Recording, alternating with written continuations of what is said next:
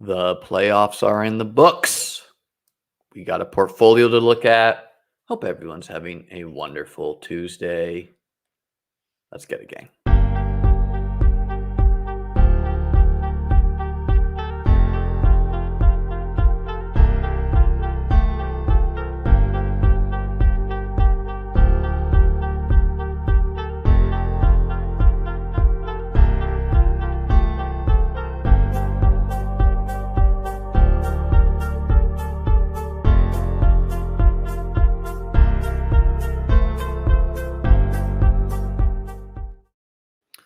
Welcome. My name is Liam Murphy for those who are new to the channel. If you are, make sure you smash that subscribe button. Hit a like on the video, helps me out. The link to join my Discord is in the YouTube description below. So, pretty great weekend of football. We only really got one truly competitive game. That would be, of course, the Rams-Lions game. Just running through the games before we jump into looking at our best ball portfolio, and then we'll end talking through how we see the playoffs the rest of the way. So things kicked off with the Browns at the Texans. I was always on the side of the Texans winning, and that was an unpopular opinion. Of course, the Texans were home dogs by roughly a field goal, 2.5 points. People were treating that, though, like it was Browns. Browns were like 10-point favorites. Why was I on the Texans side? They have the better quarterback by a lot. And by watching the Browns games, what I could see Joe Flacco was gambling, right? He was throwing some balls that were just unbelievably fitting into the tightest of windows. Amari Cooper coming down with them. And I just had faith that that is not something that holds up, especially against a team that got cooked by them a couple weeks ago in the Texans. It's also a big reason why I was out on Amari Cooper. Anecdotally, now Amari Cooper was probably a little bit hurt, but anecdotally, when a team gets absolutely destroyed by a player, which Amari Cooper did to the Texans, of course, in week 16, teams will often sell out to stop that player, even if they're giving up some win expectation. Now, the Texans have some really good corners, and I don't really know who was in and out of the lineup that week. I do know Davis Mills was the quarterback, and Nico Collins didn't play, so it wasn't a full health Texans team. And yeah, betting on the better quarterback worked for the Texans there. As a Bills fan, I thought we were going to be playing the Texans, and I knew that wasn't going to be a cakewalk. And, I still think it's possible we see Bills-Texans in the AFC Championship.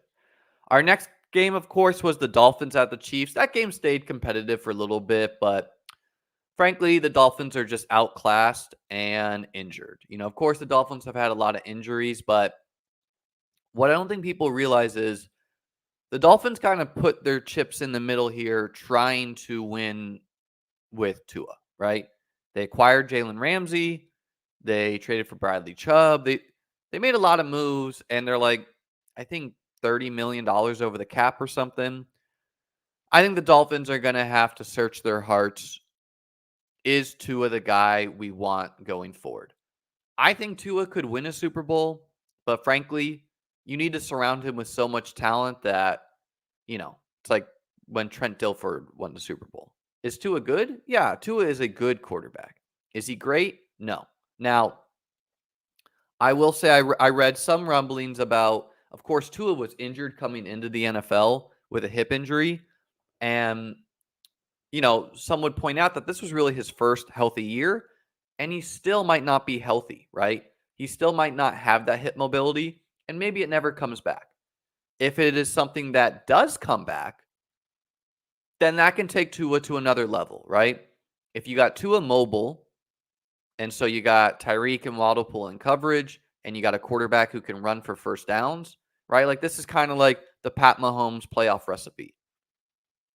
He lets his guys get down there. Teams want to drop in coverage against him, and then he just runs a lot, right?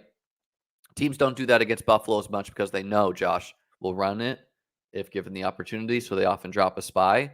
But if Tua can get more mobile with a healthier hip, I really don't know the science behind it. I could see him unlocking another part of his game. I could also see the Dolphins searching for their Matthew Stafford. Who comes to mind? Dak, Kyler Murray, um, maybe Jalen Hurts, right? Like I could see the Dolphins. I think the Dolphins are insane if they move on from Mike McDaniel. Seems just like an elite coach. Seems like a guy who gets it. Even the greatest cannot deal with a below average quarterback in today's NFL.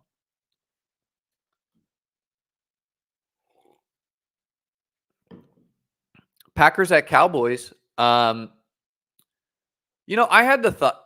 I had the thought for like moments. It's like, I think the Packers are going to try to do what Buffalo did, right? Which is just run the ball. But then I saw the Cowboys deal with the Lions, who have one of the best rushing attacks in the NFL. And I was like, well, they got their nose.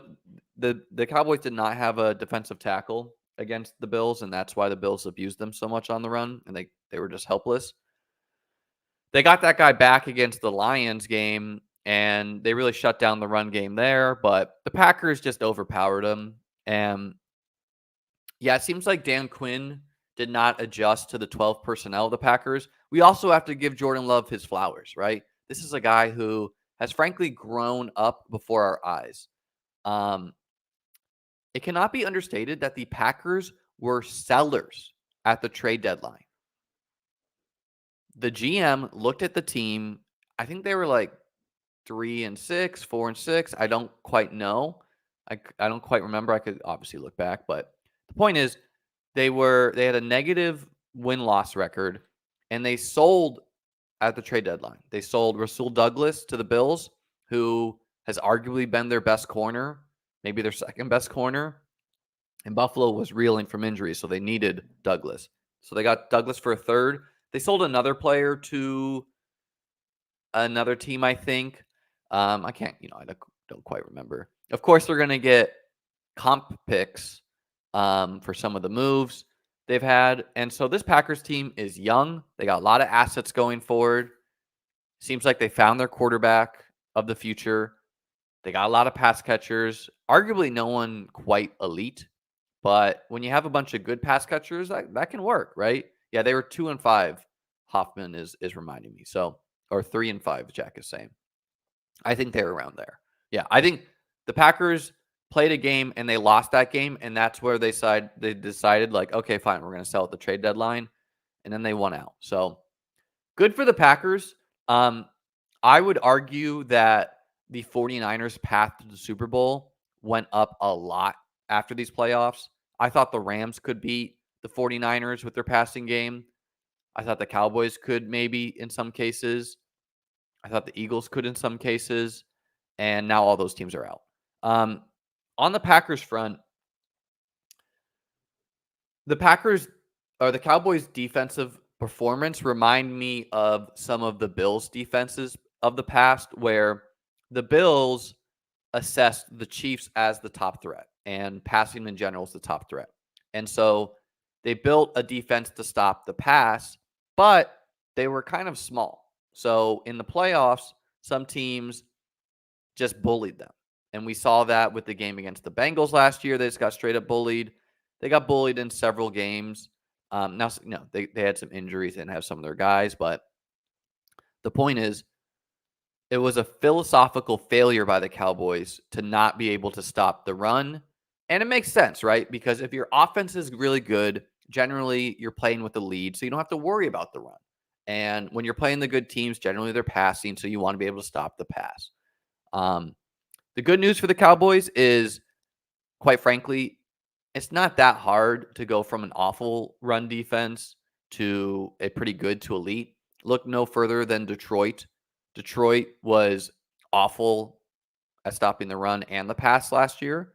And they went into the year and they're like, well, They signed a couple guys. They got good at stopping the run. They got better at stopping the pass too. They just got really injured in the secondary. And so the Cowboys, it's not going to take a lot of signings for them to be able to get some space-eating nose tackles. And yeah, I mean Dan Quinn never struck me as a genius, but is what it is. I think the Cowboys' future is interesting. I would not hire Belichick if I'm them. Not being Dan Quinn is not exactly a feather in the cap. I would want to be hiring the Lions OC, Bobby Slowick, maybe someone from the Shanahan tree, someone young, but is what it is. Rams at Lions. I had the Rams winning this game, and I mean this game was electric. It was pretty insane too. Stafford. I mean, I'm no doctor, but pretty unquestionably got concussed in this game. His eyes were rolled back in his head, and you could see him like will himself awake, which to me probably means he was concussed. I thought the NFL was caring more about concussions, but seems like they don't as things heat up. Um, Credit to Stafford for getting himself back in there. Sean McVay made some questionable decisions, wasting a timeout, you know, that they ended up missing these timeouts. The game was also refed like closer to a 2005 playoff game, a 2003 playoff game, early 2000s playoff game versus a modern day playoff game in the sense that a lot of physicality was let go, which in general, I'm in favor of that. But there is a line, right? Like, yes, I want the ticky tacky calls to not be called. But when you're straight up mugging a guy, you got to call some stuff. So I don't know. Feels like the Rams got hosed a little bit in the game. But I mean, honestly, I'm happy for the Lions. Some even called them a dynasty.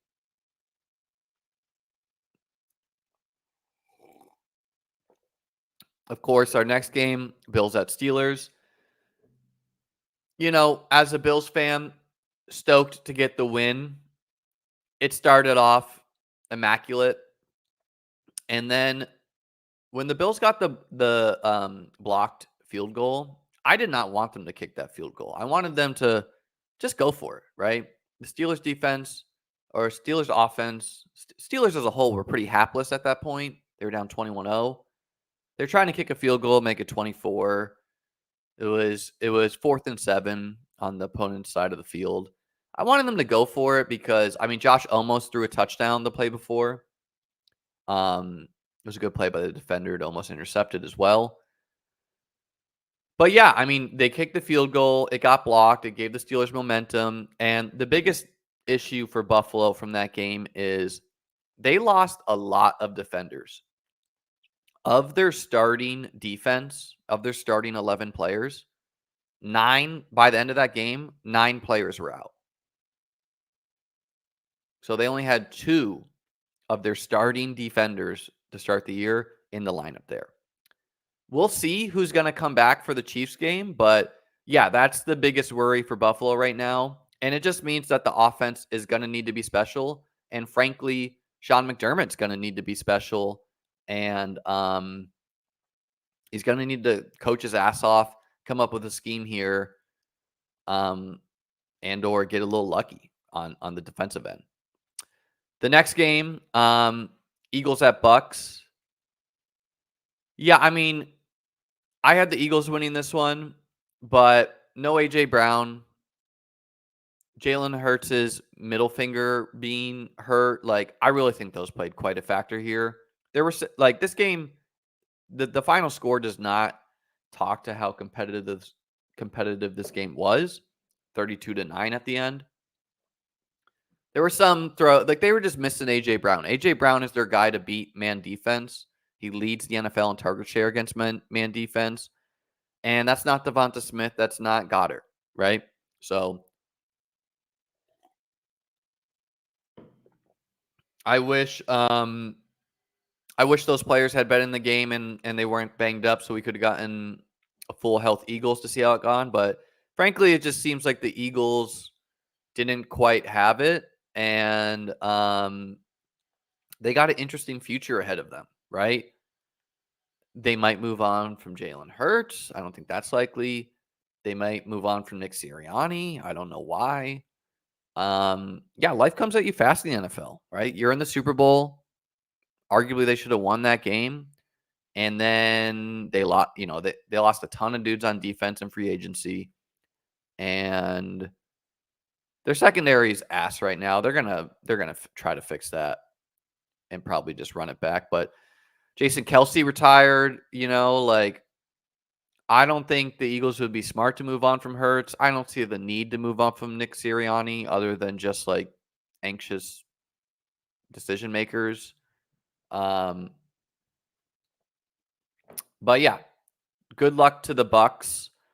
I frankly don't think the Bucks are good enough to go on a run, but who knows? Okay. Now, let's share my screen and get into the playoff teams here. My biggest regret and I'm only going to look at Underdog mainly because, frankly, I was just a little lazy with me getting my drafts in. The OG Gauntlet draft, I want to say the OG Gauntlet dropped roughly around when the Bills played the Eagles. It might have been that week. It might have been right after the game. And so the Bills were 6-6 at the time. You have to remember that. And people were like openly mocking me for saying that Buffalo could still easily make the playoffs. I said the Jags could miss looking at their schedule. It wasn't how I thought they would miss, but they did miss. And so, like I shared my favorite team here, and it was quite a sweat for some of these teams. Like I needed my favorite team did not advance until the Khalil Shakir touchdown by the Bills, which was like right at the wire there. And so of my 57 gauntlets, I'm advancing to 26, which is roughly 50%, a little bit under. My biggest regret, though, is that I did not just draft more teams. I was just, I was a little overdrafted, and I just wish I drafted more teams the first week of contest launch, which honestly you should try to do quite a bit. Some people watched my first playoff stream here, and they followed my suit of touting Bills 49er stacks. So good luck to those folks. A reason why you should be watching this channel. So I'm just going to click through the advancing teams. Of course, there's a weird dynamic here. And a lot of people, my favorite team here, let's get this out of the way, is this behemoth of a team, which is it's a Bills 49ers super stack with Josh, CMC, Cook, Debo, Kittle, Diggs, the Nico Collins one-off, Kincaid, Gabe Davis, Shakir. So just absolutely a monster if Bills 49ers is the Super Bowl. And people are like, how did 86 advance? I wish in my pod. And, well, of course, it's because, this dude scored 9 points. Why? Because at the time, people thought Jacksonville was a safe stack.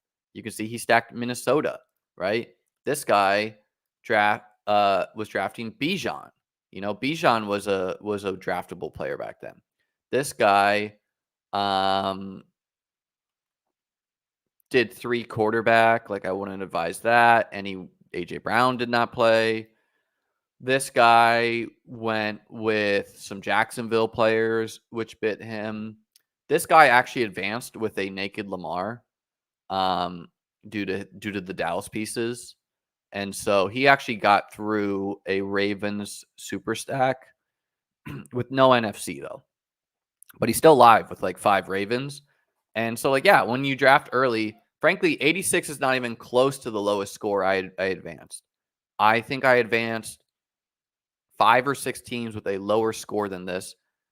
Especially early, but even in the later ones, because in the later ones, it got more competitive once the playoffs were set for pieces of Dallas and whatnot. Way to go.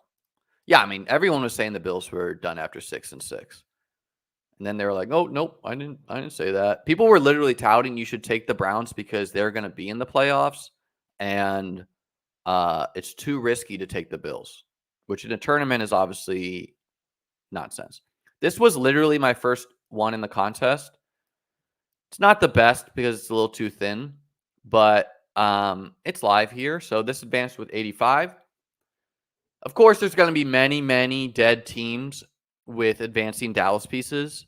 Um, and so the wish list is very clear. We want to be in pods with dead Dallas teams.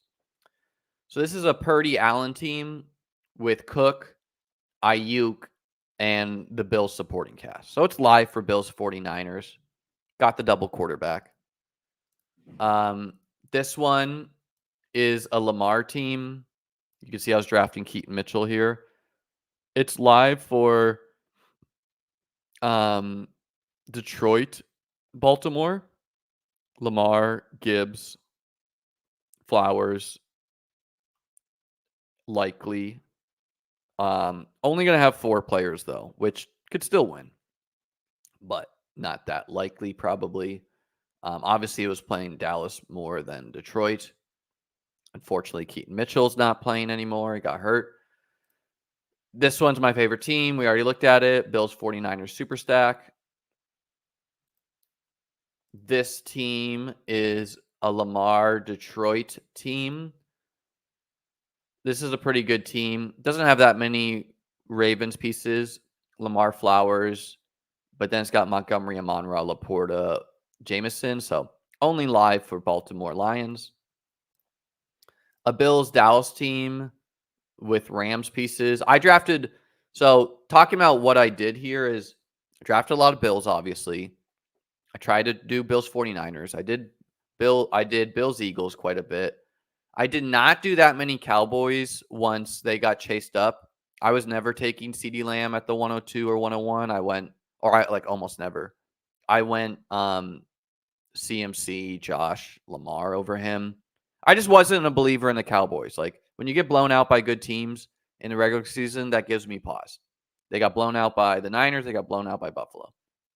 So I wasn't as into Dallas in my later drafts. In the early drafts, though, it was easy to do them with Buffalo. So this one is live for a Super Bowl only because it has 5 Bills pieces, but probably not live. This team is also Bills Cowboys. Again, it's live, but only because of the Bills pieces. This team is live for Bills Lions, Josh, Gibbs, Montgomery, Diggs, Laporta, Kincaid, Knox. So Bills Lions, that'd be a fun Super Bowl. And I don't have as many Bills Lions because I did a risky thing, which I just kind of chose the Rams more, which arguably I should have, because I felt like the Rams had just with the Lions' defensive injuries and with Goff under pressure, like I don't believe in their ability to go on a run as much as I did as the Rams. I thought it was a coin flip who would win the game, but as far as like Super Bowl equity, I thought the Rams could make it more.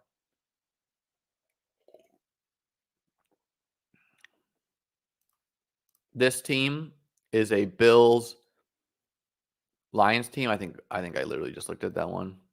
My bad. This team is Bills 49ers, Bills Lions. But I don't even think it's Bills 49ers because we didn't draft enough Bills on this one, because our Bills, it would be Josh, CMC, Diggs, Knox. So that's only 4. So 4-person Super Bowl, but Bills Lions would be Josh, Gibbs, Montgomery, Diggs, Amon-Ra, Knox, Jameson, Williams. So Bills Lions.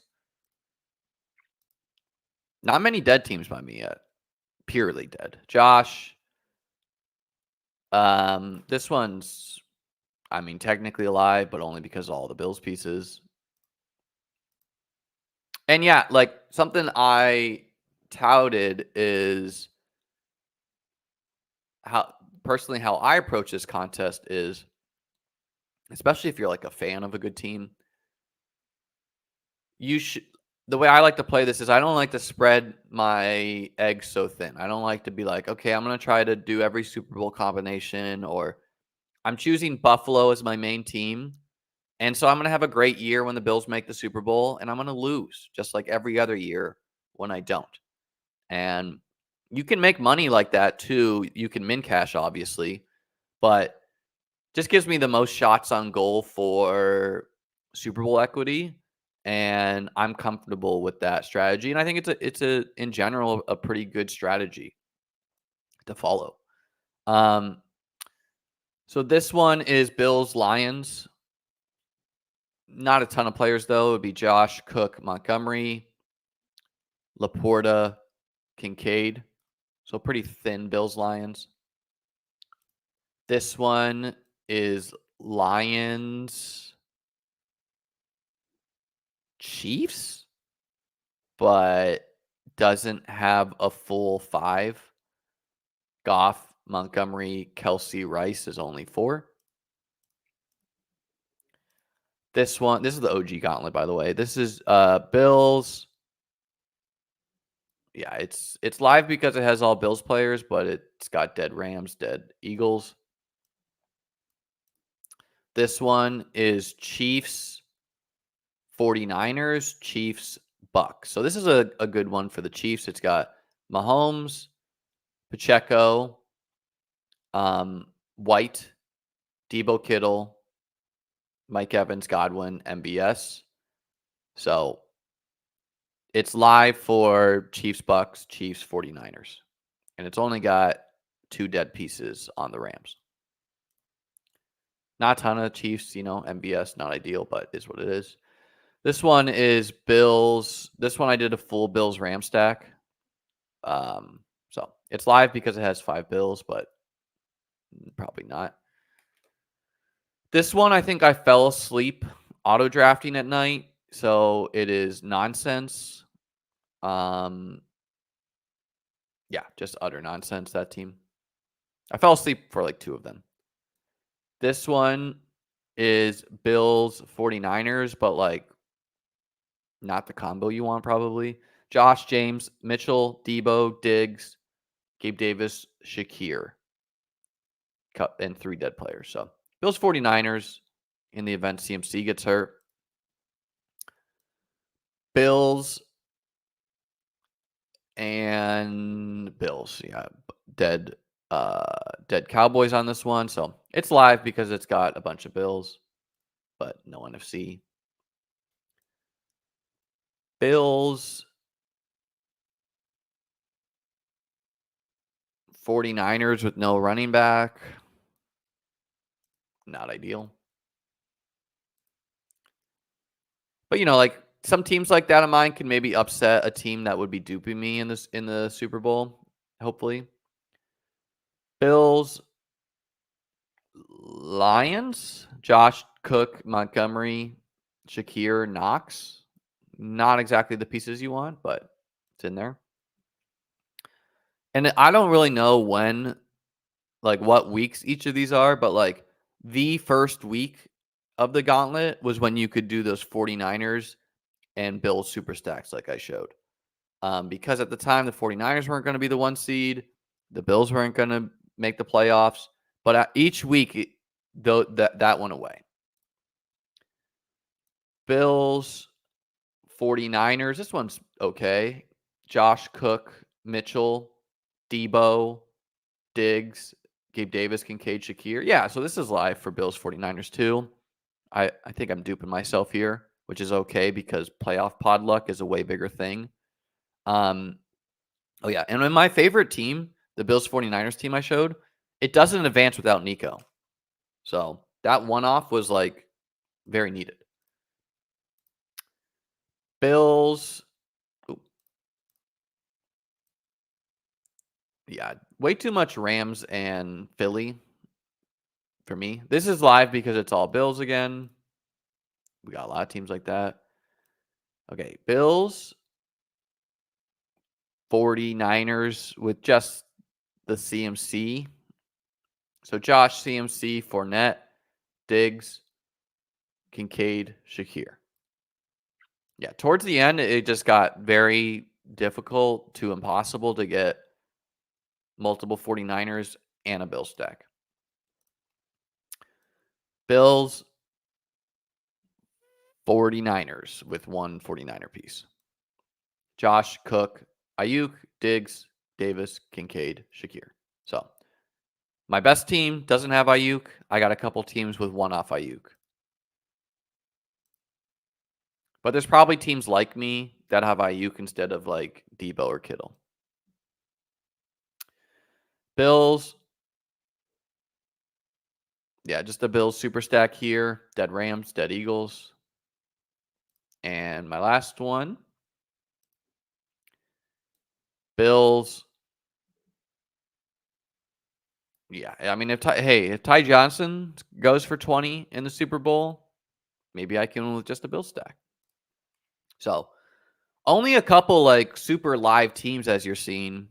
Bills 49ers, like this is the lone team I'm sweating pretty much. Just seems like it's a pretty likely Super Bowl combination. Don't get me wrong, the Bills are no lock to beat the Chiefs. I was never on this bandwagon to just like completely count out the Chiefs. I just know that, they have Mahomes still.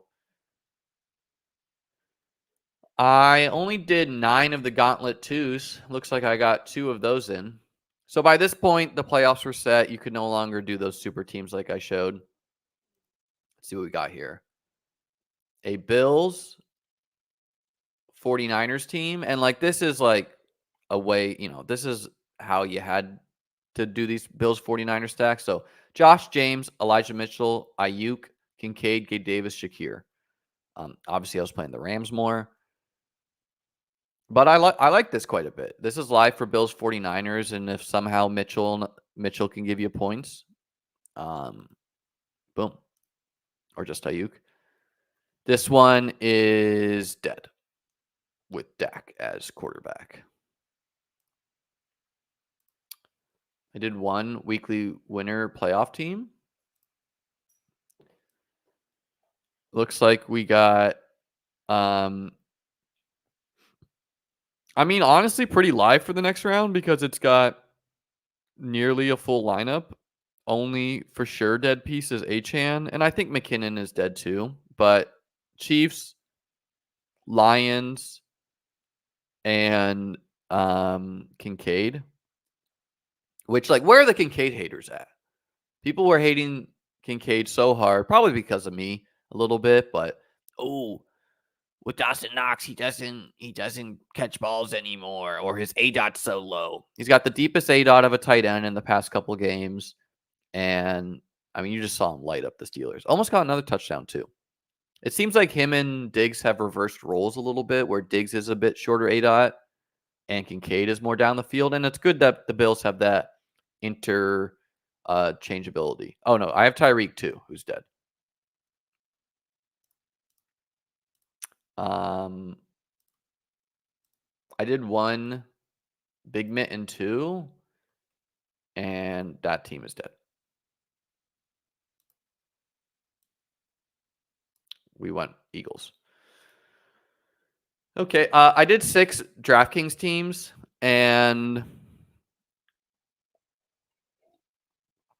I don't think I got any in. Again, I was just kind of overdrafted, busy time, but yeah. So we got some fun teams. This is the crown jewel of the portfolio. There's probably a couple similar teams in this, either people who had the same thought of me or people who listened to my stream. Several people said in my Discord, link to join is below, said they listened to that first stream. You can go back and watch it if you want, and they followed suit. Again, if you're not subscribed, please help me out. We're almost at the 3,500 subscriber goal. Let's jump into the next round of the playoffs. We got Texans at Ravens, Packers at Niners, Bucks at Lions, and we're ending it with Chiefs at Bills. So let's just talk how we see things going. Let's see if we're getting any lines here.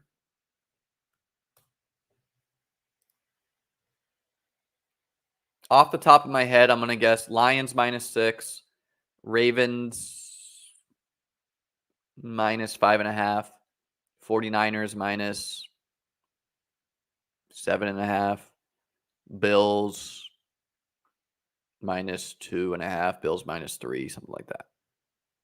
Okay, now let's see what we're getting. We're getting Ravens -10. You can see this is the live line. This is what it opened at. -9.5.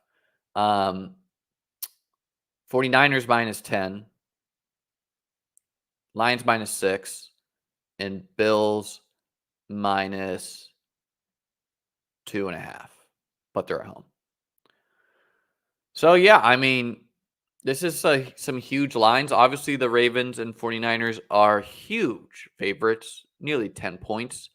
The Lions are pretty big favorites too. And then the only projected competitive game is Bills Chiefs. Now, yes, I think the Ravens are the favorites, but it's not going to surprise me if the Texans can beat the Ravens. I think if you're starting an NFL franchise, even if these players were the same age, it might be smart to take CJ Stroud straight up over Lamar. I think he's a better passer. I think he's going to be a better quarterback in the long run. The only thing with Lamar is it's hard to say how hamstrung he was with Greg Roman as an OC and the lack of pass catchings. Just like a bad philosophy as far as like not investing in the offense in the past and running too much. Lamar is passing a bit outside the numbers more this year.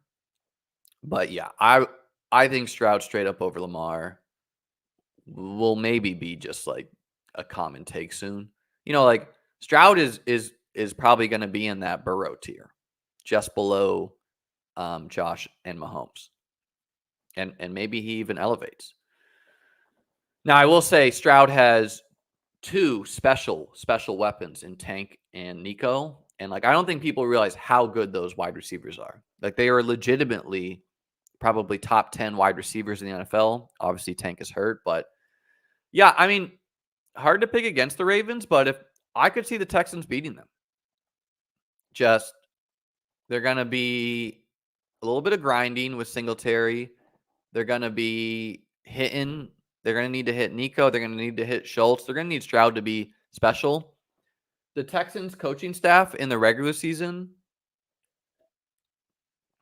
was doing like some of the most boomer shit ever, where they would just like always go run, pass. Which, I mean, it doesn't really need to be stated why that's a bad idea, but when you always go run, pass, it really puts the defense knows when you're passing, right? And it kind of just puts your quarterback in a hard spot. So you don't want to be a run, pass team. And the good news is against the Browns, they were not run, pass. In fact, I don't think they did run, pass on any of their drives at all. So that to me is a coaching staff who understands it's the playoffs now. They understand their best path of winning. And they're changing things from the regular season, right? Like the Browns probably came into that game being like, okay, they're going to go run, pass quite a bit on us. People know you run on us. I don't know what the weather is. Let's see if we're getting any early weather. Because this game's in the Ravens Stadium. And I will say, playing in a dome at home is a way different environment than playing at Buffalo, playing at the Ravens potentially. So let's see what we're getting here. Courtesy of Kevin Roth of Roto Grinders. Houston at Baltimore. Cold and breezy. Temp in the upper 20s with a 15-mile-per-hour sustained wind, gusting to around 30 miles per hour. That's not going to impact every play, but it's not ideal. And it puts the feels like temperature around 10 degrees. So if that hurts a team, I would argue it hurts Houston more. Houston is just probably going to need to pass the ball more in order to win this game. And so if passing is impacted, which 30-mile-per-hour wind definitely impacts passing. 15-mile-per-hour is like on the borderline of impacting passing, but it's not crazy weather. Green Bay at San Fran. There'll be a few rounds of rain moving through San Francisco this weekend, but it's impossible to time them out this far in advance. I'll just leave this game at chance for rain. Tampa at Detroit is, of course, in the Dome. Kansas City at Buffalo. Mahomes' first road playoff game in Buffalo. That's a tough place for your first one. But He's getting a break with all these Bills injuries potentially. Cold with a bit of breeze. The temperature should be around 20 degrees with a 10 to 15 mile per hour sustained wind gusting around 20 miles per hour. That puts the feels like temperature here around or even below zero. I would say these conditions are fairly close to what we saw in Buffalo for the wild card round, which would best be summed up as manageable. Yeah. And honestly, both these quarterbacks don't have any issue in cold weather. Mahomes 0%, Josh Allen 0%. Um, the Chiefs skills players, though, maybe. We definitely saw Kelsey drop a lot of balls. I will say a feels like of zero is a way different discussion versus a feels like of negative 30, which is what it was for the Chiefs Dolphin game. So yeah, I could see the Texans winning this, and I think this game should be a lot closer than a 10-point spread, right? Like, we know the Ravens to me are not some unbeatable force. They have a really good defense. They have a good offense. They don't have any weak points, but I just think Stroud in this passing game can be special, and they're gonna need to be, because there's questions about the Texans' ability to stop the run. In my mind, like, that's where this game could get out of hand if the Ravens can just pound them again and again, hit some play action. But yeah, I'm excited for that game, and I think the Texans are a legit threat to reach the Super Bowl. But I do think the best thing for football and what most people want to see is Ravens versus Chiefs, Ravens versus Bills. Ravens versus Bills. Packers at 49ers. Love the Packers. Great story. I don't really see them winning this game. I don't see them as big a threat as the Texans. They're just a year or two off in my mind. Mainly on the defensive side. Their defense is not good, right? Packers defense was like actively bad for long stretches of the year. And then they got a bunch of guys back, especially on the D-line, I think. If the Packers are going to win this game, I think it's going to be grinding with Aaron Jones, and then honestly, Love is probably going to need to pass for roughly 350 to 400 yards, which he can do. You can pass on the 49ers. We saw Kirk Cousins pass on the 49ers. We saw teams pass on the 49ers. Now, the 49ers did acquire Chase Young from their farm team, the Commanders. Like, why are the Commanders just shifting off all these pieces to the Niners? They give them the best left tackle in football.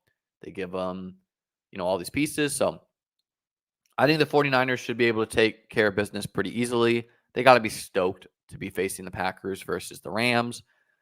But maybe the Packers shock us all. Bucks at Lions.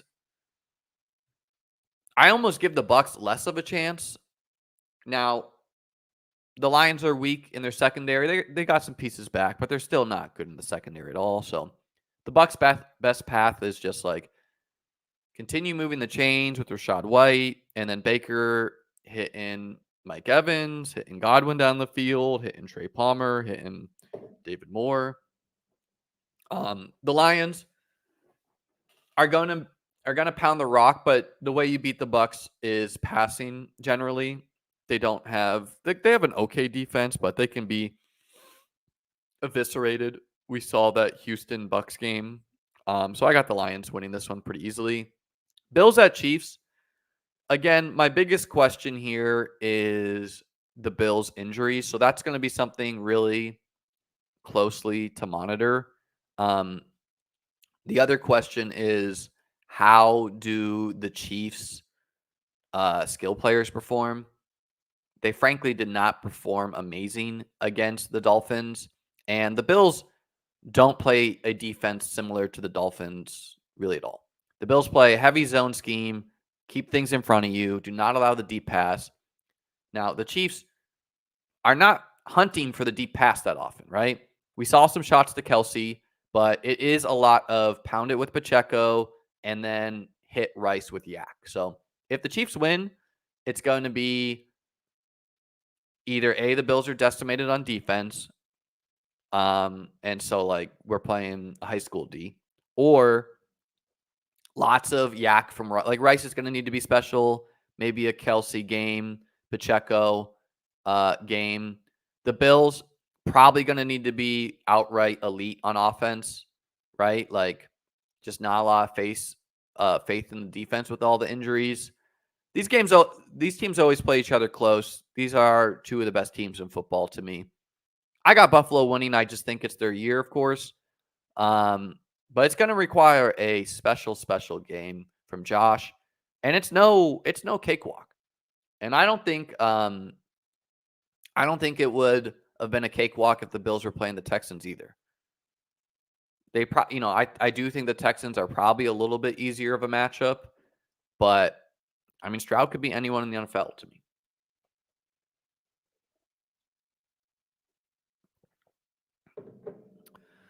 So that wraps our thoughts on the playoffs. We'll have more streams on that. Let's get a couple drafts in and get out of here.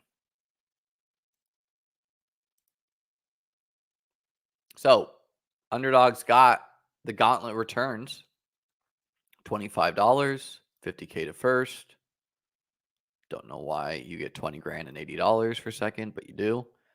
They got the mitten returns, 10K to first. They got the big mitten returns. And they'll probably release more as it goes. They used to do these for like 100K. Maybe it was a little bit more top heavy. I liked it better like that, but 50K, hard to complain. As always, you are donating if you don't read about the format. So we're going to do that. If you're with me, I'm going to do it for you. You should always read the advance rate structure. So at the end of round one, the top one advances. This is not a top two advance. At the end of round two, top one. Let's see how big the final size is. Final round is 374 teams. So again, I would recommend you to shoot for 6 minimum players in the Super Bowl.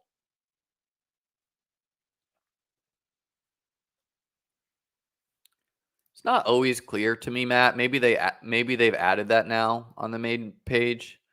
But yeah, I mean, what's nice for me is the Bills are going to be a cheaper team in the gauntlet returns, and I'm gonna just fade the Ravens and Niners again and just build on my Bills position. And it's going to be easier to build the Bills because now you don't need to worry about the bye of the Niners or the Ravens. So I'll give people the Ravens in my rooms. I'll give people the Chiefs largely. And I'm going to just shoot for Bills Niners.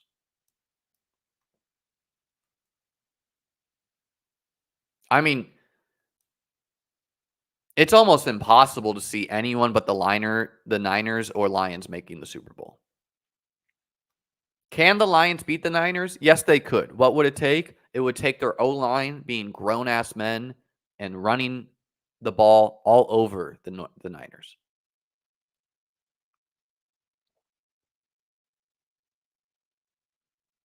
Which is possible. Lions got one of the best O-lines in football.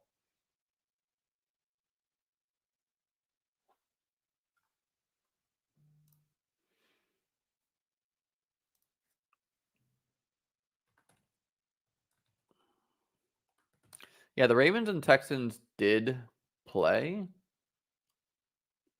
right? I think.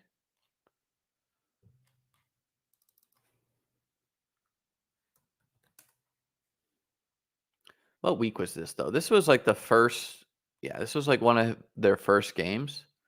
This is back when Dameon Pierce was still a big part of their plans. Tank Dell was just getting started. What did the Ravens do? Ravens barely passed. Texans have a good D. They didn't really run that much either. J.K. Dobbins was still healthy. What was this? This was the first game of the season, right? Yeah. So, I mean, not much to take away here. I do think the Texans benefit a lot more having played the Ravens than the Ravens benefit having played the Texans because they've obviously changed. The Texans have changed a lot more than the Ravens over the year. But both teams have changed a bit. The Ravens, of course, installed a new offense this year.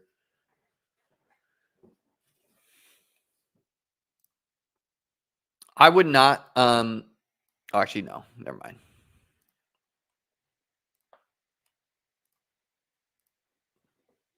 Yeah, normal enough ADP here. Everyone's grabbing the quarterbacks, and then the 106 has to decide how to proceed. Playing Lions makes sense. He knows he's going to have to play Goff. This guy's going to have to play Stroud.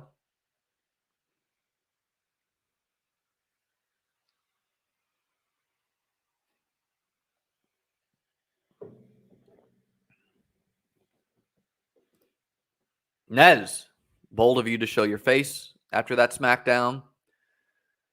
Why is that? I don't think CMC will be the lock to always go the 101 because, of course, man, this is tough.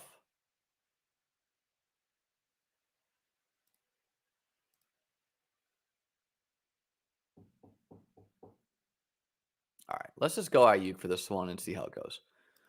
I think Lamar will go 101 quite a bit. I think Purdy will go 101. I think Josh will go 101, and CMC will go 101. I'll definitely take some CMC 101 though. Yeah, you have to build Texans. I'll build some CMC Texans.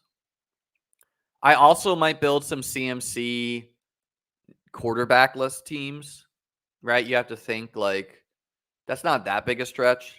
If it is 49ers versus Ravens, 49ers versus Bills, for example, you just need CMC to score 50 points in the Super Bowl. Just like you need CMC to cover the delta of eating a 0 at quarterback, which happens sometimes.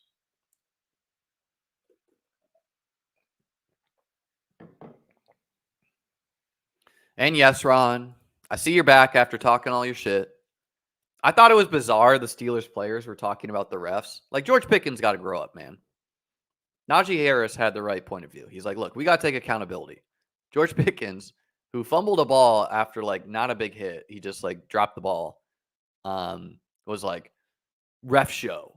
When, keep in mind, like, the Bills had several ticky-tack turnovers not go their way. That they had to challenge one, and then the next one was, like, logically a turnover.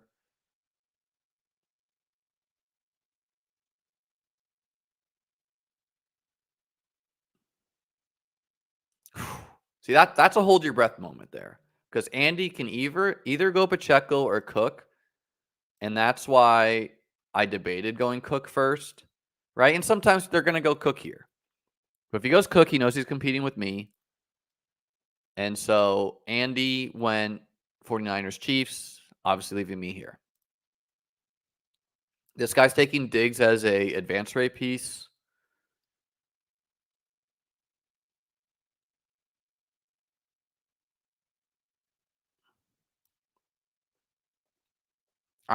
People are talking about Tomlin gone. I don't think, look, it's not Tomlin's fault you're quarterback. You have no quarterback. Steelers got no quarterback. What are you going to do with no quarterback? Does he maybe want to leave to an easier situation? Yeah, he might.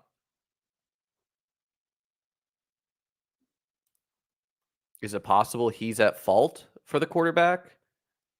Yeah. So, yeah, I mean, we don't need any of the Ravens players.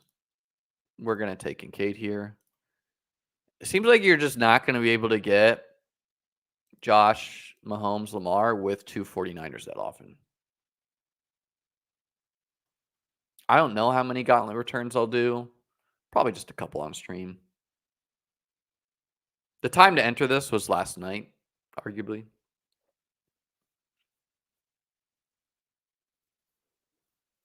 I do think sometimes you'll get the Ayuk, Cook, Diggs thing because this guy doesn't need Diggs. This guy might play Diggs, but not always.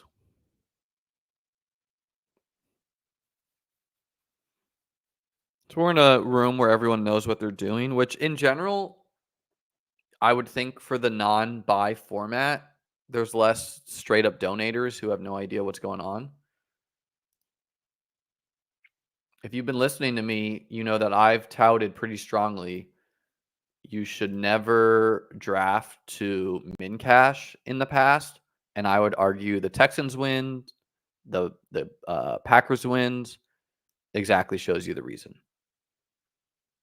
right? And like those teams aren't likely to have Super Bowl equity, but maybe they allowed you to advance Ravens pieces, and they will make the Super Bowl sometimes,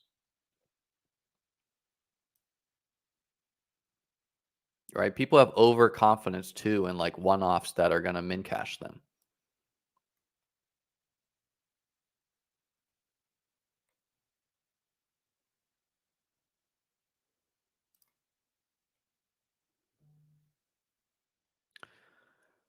Like, I don't even know if Elijah Mitchell is going to score points in the playoffs. I would argue he's like maybe a dog too, but I don't know. Sure.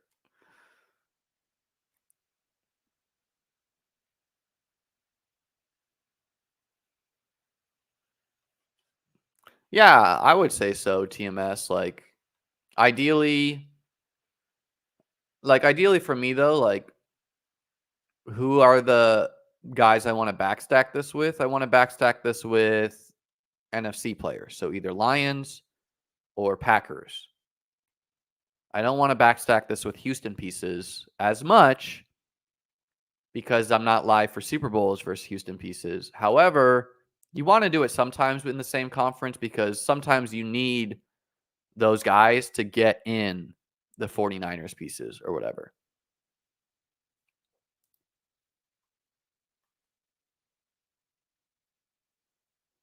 Yeah, I mean, you can take Stroud now just in case someone's feeling like being a dick, but there's really no reason to. Probably didn't have anything else to worry about though. I don't know why. I guess this guy's going for the what I talked about, the like quarterbackless Niner stack. I don't know why he's adding in Ravens. I still don't think Mark Andrews plays football this playoffs or contributes, but I could be wrong. That's just a guess.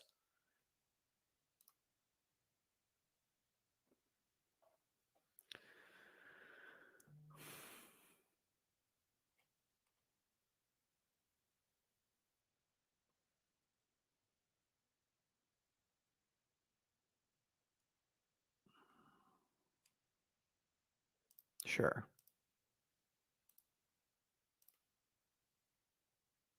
I don't think Jawan Jennings is a good draft ever.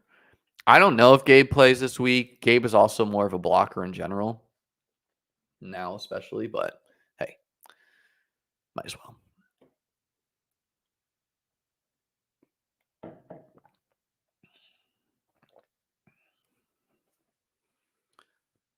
In general, you probably don't want to do as many teams like me, which is I'm pretty much just going to windmill it on 2 teams right now.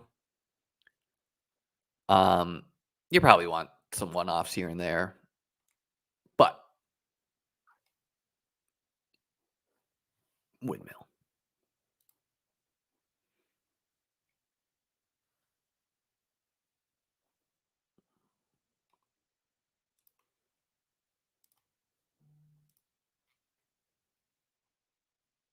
The Bills had some interesting players getting minutes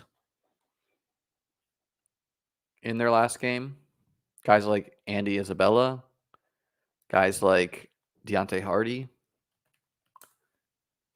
Um,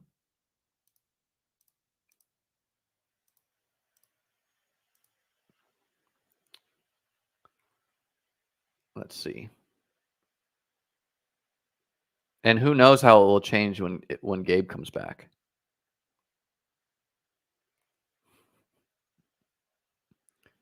Trent Sherfield played quite a bit. Yeah, so I would say guys you can draft on Buffalo: Andy Isabella, Deontay Hardy, Trent Sherfield, Ty Johnson, um, Latavius Murray, Leonard Fournette. I think they both have good games, Steve. The Bills defense plays zone, and they're like are built to give a lot of checkdowns to running backs. So especially like Pacheco and PPR formats, especially if the Chiefs are trailing.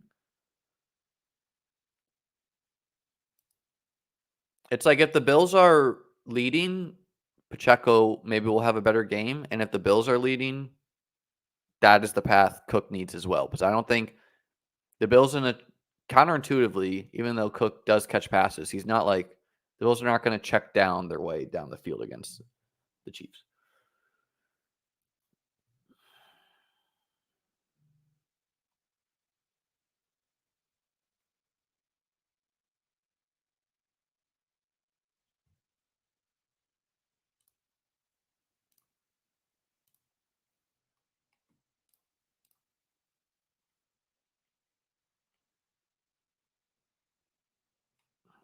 I don't know. Ty Johnson can at least like catch a pass and covers you for a Cook injury. I do think he'd be the leading running back with an injury. Not enough people play what happens if X player gets hurt in the playoffs. Right? Like if James Cook gets hurt and the Bills make the Super Bowl, there could literally be like 15 lineups with a running back. AKA no one's taking these guys. You know, Deontay Hardy literally saved the Bills season twice. He caught an essential pass against the Chiefs to win that game. He returned the punt return against the Dolphins. Come on down, Deontay Hardy. An ode to the regular season. And yeah, like the Bills, it's just good to know this is like, and sometimes good quarterbacks are just like this. They spread the ball around a little bit more than you might like in fantasy.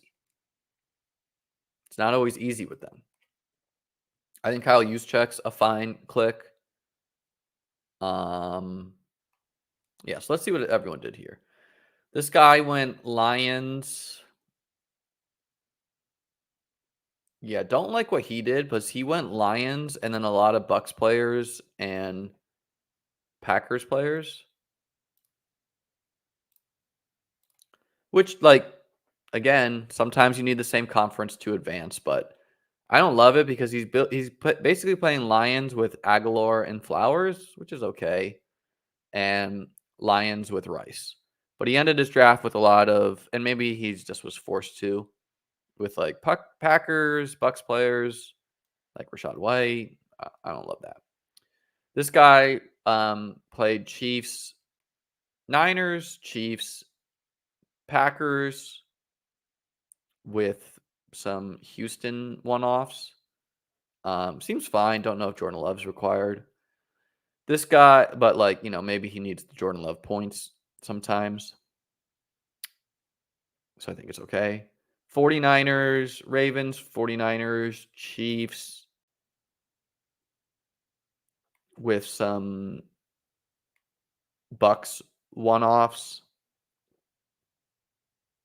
It's thin, but you know, you're kind of forced to do stuff like this. It's not like he can take Ayuk and Debo and whatever. Ravens, Lions, Ravens, Bucks. It's super fine here. This guy, let's see what our friend did here. He's playing Houston.